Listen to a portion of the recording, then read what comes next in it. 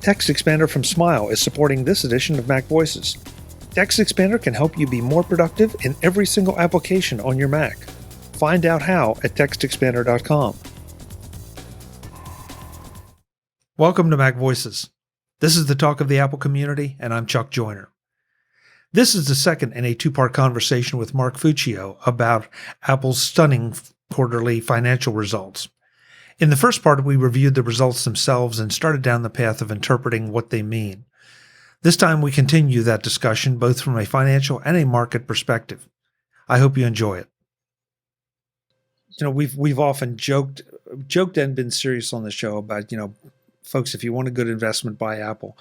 And we are not licensed to give stock advice, so we can only say what we think and let you know what we might be doing. But it just feels like right now Apple, again, is pretty much firing on all cylinders. They've got so many good things happening. There are always disgruntled people. There are always people that complain about whatever is going on with Apple or Microsoft or Google or Amazon or Facebook. Sometimes those criticisms are definitely justified. Other times I don't think not as much. But right now, Apple seems to be doing really, really well. And there's just not a lot of bad news at the moment. That's true. And I did a calculation earlier today. If you look back to August 2011, when Tim Cook became CEO, at the end of that month, Apple was about $58 a share.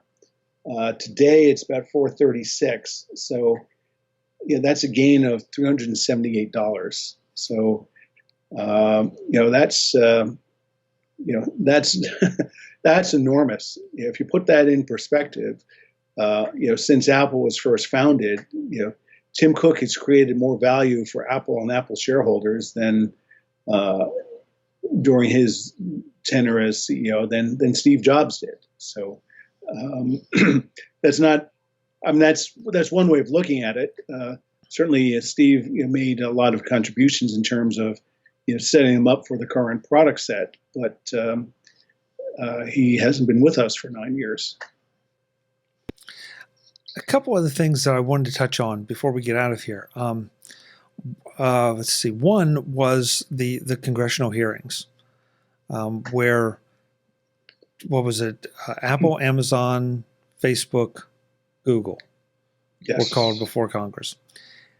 So, and Tim Cook seemed to get away with the easiest questions.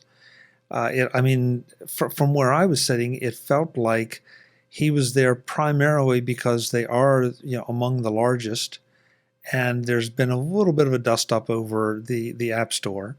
But for the most part, I don't think that Apple was really a target. I think he was just there to have a big name there, to call more attention to it. Am I being too much of an Apple fanboy or too Apple biased? That's difficult, for me to handicap. I think certainly it seemed to me that Google got the most unpleasant questioning, last week. Followed by probably Amazon and Facebook might be a tie. And I agree, Apple was, Apple seemed to get off with the lightest, questioning. But I think ultimately it's a political season, and we had a little bit of a clown show for political theater. So tell me, why wasn't Microsoft there? I have no idea. Maybe they don't consider them to be a big tech company.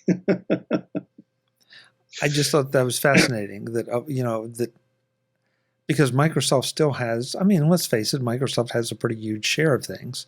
And to have them sitting there asking those questions, if Apple was more or less window dressing, I would have thought Microsoft would have been an equally important kind of window dressing. And so it left me wondering about, where Microsoft's place is in this new world of Facebook and Google and Amazon being included in the tech giants. I can only speculate that they're thinking, okay, who are the big companies that are household names and dinner time, topics for dinner time conversation. And certainly Apple has an enormous amount of press, so they're thinking, okay, well, they're a big successful company, they've got to be doing something bad. So let's haul them in here and then figure out later what it is. And all the questioning I saw just seemed to turn around the App Store, and as has been discussed, on your show by other guests, that's a controversial topic, and has fans and detractors, but it is what it is. And if Apple were still a $10 billion company, no one would care too much about its App Store and its policies. But since it's almost 20 times that, all of a sudden size makes it something big for everyone to criticize and talk and worry about.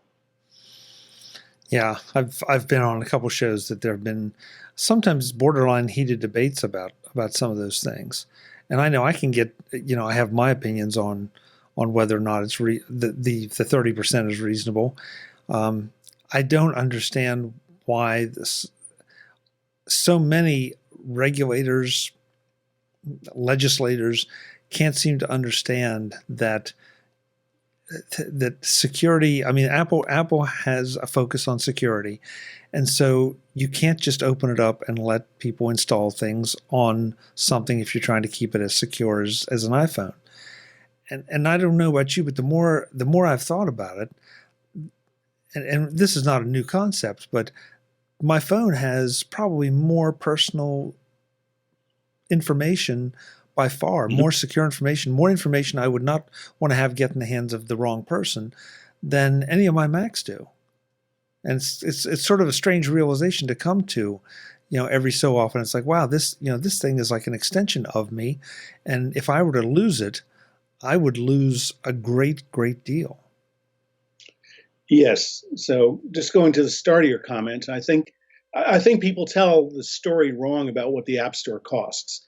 The App Store costs 15%, except in the first year where it's 30% because Apple has higher costs associated with bringing new companies and new apps on board.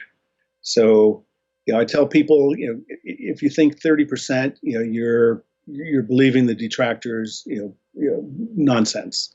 And 15%, show me any place in retail where any type of good is sold and the merchant is taking less than 15%. And it just doesn't happen in the real world. So I think in that regard, I think it's very fair. I think a lot of the stuff below the surface and things that are locked up under developers NDAs. I think Apple, from what I hear from several developers I know, Apple's sort of at best sort of ignores, and at worst sort of makes it very difficult for developers in terms of some of what their process is. It seems everything goes fine until there's a problem, and then they get all sorts of results of service that border from exception to to the worst on the planet. So I think in that regard, Apple has some ways to improve, but I think too much of that is locked up under developer NDAs. So there's just not a lot of public discussion and awareness of some of these topics.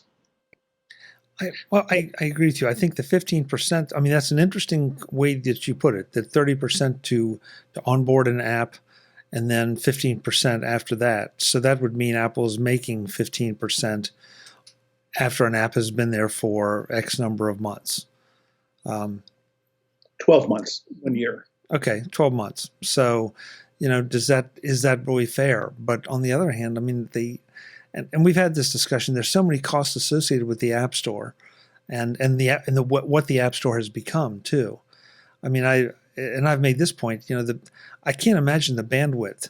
And somebody's going to say, well, an app doesn't take up that much bandwidth. Yeah, but millions of them do, and I've never seen a stat. I would love to. What the average number of updates per year is to any given popular app. Because it seems like I wake up every morning and I've, got 20, 30, 40 apps that need to be updated. Now, granted, I have a bunch of apps on my phone, but, in the world of security and, you know, the desire to have additional features and new features all the time, those all have to be pushed out to these phones. And I don't think that's an inconsequential thing. This edition of Mac Voices is supported by Smile, the makers of Text Expander. There's no one who uses a Mac, iPhone, or iPad that doesn't repeatedly enter text of one kind or another. Not only is it boring, but it also wastes time and is prone to mistakes. Text Expander from Smile solves that problem so that you aren't bored, are more productive, and are always accurate. Just a few keystrokes can expand to those things that we all type over and over and over: our email address, our mailing address, our phone numbers, or something more elaborate: a designated response to a customer inquiry, directions to home or office, or a standard clause in a business contract. Even better, you can share your snippets — that's Text Expander speak for those short abbreviations you create that expand into characters, words, or paragraphs — across devices and across platforms, since there are versions of Text Expander for virtually any platform you use. Up your productivity game with my most frequently used utility, Text Expander from Smile, the makers of world-class software, at smilesoftware.com/podcast. That's smilesoftware.com/podcast. Thanks to Smile for being the longest-running sponsor of Mac Voices. Bandwidth is one dimension. The other part is just the hosting charges and storage charges. And by far, if you look at AWS costs, and this is indicative, it's a good indicator of both Google as well as Microsoft Azure. The highest cost item is the cost of having a server instance. Bandwidth is reasonably inexpensive, and as we all know, storage is virtually storage is very, very, very inexpensive. So if your app is 100 megabytes, it's just having the server up to handle it and interact with the user, alert the user that there's updates available, et cetera, et cetera, et cetera. That's a predominant cost. And bandwidth, charges are on the order of $60 to $80 for a terabyte of data transmission. So again, depending on how you load your app, how big your app is, and how many customers you have, you may or may not hit that as a limitation. And how big your app is, how many updates there are that are being done to it. So, yeah. As well as having the mechanism to receive and securely install the app and do something intelligent if it fails. That is all developed by Apple, and Apple has sustaining engineering to pay for as they go through various OS release updates. So I don't belittle them. I think that if I were sitting with a developer here, I'd say, look, could you provide all that for 15% of your revenue? And they'd say, no, of course not. But 30% is too much. So okay, so there's a number in between 15 and 30 that you're comfortable with, right? And I think that's sort of where it is. Yeah. Mark, anything else that struck you out of the financial results or the earnings call this time around? Yeah, I guess continued growth of wearables and both phones, and I'm seeing more and more AirPods around. Starting to see it on some of the talking heads on TV. You mentioned that they seem to be wearing or using Apple equipment. I'm starting to see more and more of them are starting to use AirPods. So I think that is an interesting business that they've created. To me, the unanswered, sort of, elephant in the room, so to speak, is as Apple migrates to ARM-based processors, I think that gives them the ability to offer, lower price Macs, so that could dramatically accelerate their trend of adoption into corporate enterprise environments. And we talk about it more in detail, or we just agree let's get together and talk about it in a year after we start to see what Apple has done in terms of playing its hand and introducing Macs based on ARM processors. I think you have that right. I think right now it would just be pure speculation, because other than we know that they are planning to go to ARM and their own silicon, that we just don't have many details. I mean, the projection is that the first Apple Silicon Mac will be out by the end of the year. And there's endless speculation about what form that'll take, whether it'll be an iMac, whether it'll be a laptop, who knows. But at the end of the day, I think that's when we're going to find out a lot more about compatibility issues and speed and performance versus price and all those things. So I'm looking forward to having those conversations once we are doing something more than just flat out speculating. Right. And again, at the earnings call, they indicated that in Q3, sales of Macs and iPads was capacity constrained, and that they expect some of that going into this current quarter. So that begs the broader question of what sort of component is it? Is it just chips, or is it displays? And how is their broader supply chain being impacted by COVID? And of course, these are unanswerable questions, but I think that may lead to some of the flavors of what they amplify and accentuate when they launch new products later on this year. Yeah. It's interesting. I have to say that I think the two of us, we both bought 16-inch MacBook Pros at what feels to be just about the optimum time. We didn't have to wait for them. They came, and we got to use them, and we were sort of a little more prepared for lockdown. We didn't have to buy a new machine in the middle of lockdown. So good for us. For what it's worth, I was talking to a friend of mine last week, and he had ordered a MacBook Pro, same configuration as yours, and he had like between a 3 and 4 week delay. He placed an order in July, and he won't get it until August 10th, was, I think he said, his expected receipt date. So, 4 months. So I don't know in comparison what sort of the Apple standard build to order delay time is, but I don't think it's a month. No, I think mine was like 5 days. Something like that, maybe a little more, but not a lot. And so, it got here and it was fine. And, I've been happily using it ever since. So, good, dumb, lucky timing on my part. It's a good way to live life. Yeah. Well, thank you so much for stopping by and chatting about this. It's one of those quarters that you don't have to make excuses for anything. You try to read the tea leaves and see what it means. And it's, with COVID-19 and the global lockdown and supply chain issues, as you said, and all, it just seems like there are a few more tea leaves to try to read and figure out where we're going from here. But it feels like Apple's doing quite well. Oh, you know what? I know there was one other thing, and it just came back to me.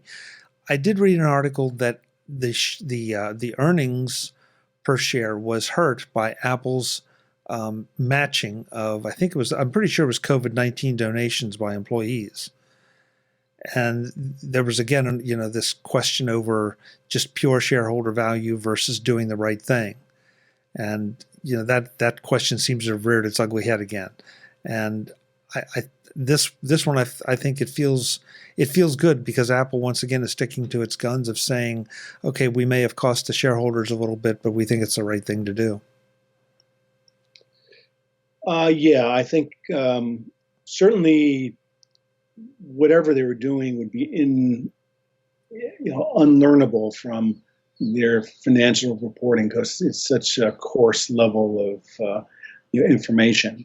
And last quarter, they were making sort of the face masks. So that's an expense that don't know exactly where it probably is. It's probably in the SG&A line, buried somewhere on their earnings statement. But again, it goes back to you don't have full control over management in the company. You can influence it, but there's many constituencies the company needs to serve, and just for Apple out and out maximizing and saving to the last dollar is not what they're about. So if that bothers you, I guess you shouldn't own Apple shares. Agreed. And for me, sort of the most interesting thing was we've been hearing for a couple of years now how Warren Buffett has blown it and how value investing is dead. Well, whether value investing is dead or not, as the number one largest shareholder of Apple, I think he's done quite well since he bought it, and I'm sure he's very happy with his return in the past couple of days. That may even compensate for the bath he took on owning airline and selling airline stocks earlier this year. Well, he's made some very public statements about Apple's management and the way the company is run and their approach to business, not just the fact that they keep selling stuff, but as you said, that there's that underlying value, and for those months or products that it's difficult to measure, that can be something that there has to be a little bit of faith in your own judgment, or at least in the judgment whoever is advising you on your financing and investing. So, but yeah, I think he's done just fine. Yes. He's done even better than me. Yeah. Mark, when you're not here, where can folks find you? Easiest place is either at LinkedIn or on Twitter at Mark, MarkFuccio. That's the easiest way to find me. Great. Mark, thanks so much. Really appreciate it. I still think you're in your basement with those charts. Oh, I am. Yeah. Folks, I'm Chuck Joyner. This is Mac Voices. We will see you again next time. Again, we are not supposed to give financial advice. I am not a licensed financial broker, but don't you think you really it might be a good idea to just buy a few shares of Apple? Until the next time, and as always, thanks for watching. Visit MacVoices.com for show notes and to connect with Chuck on social media. Get involved in our Facebook group or like our Facebook page, and get more out of your Apple tech with Mac Voices magazine, free on Flipboard and on the web. And if you find value in it all, consider supporting us through either our Patreon campaign at patreon.com/MacVoices or by making a one-time donation via the PayPal link on our front page and in the show notes of each episode. You will join these fine people who help bring you Mac Voices.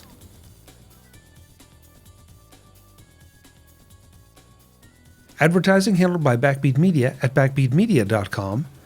Bandwidth provided by CashFly at cashfly.com.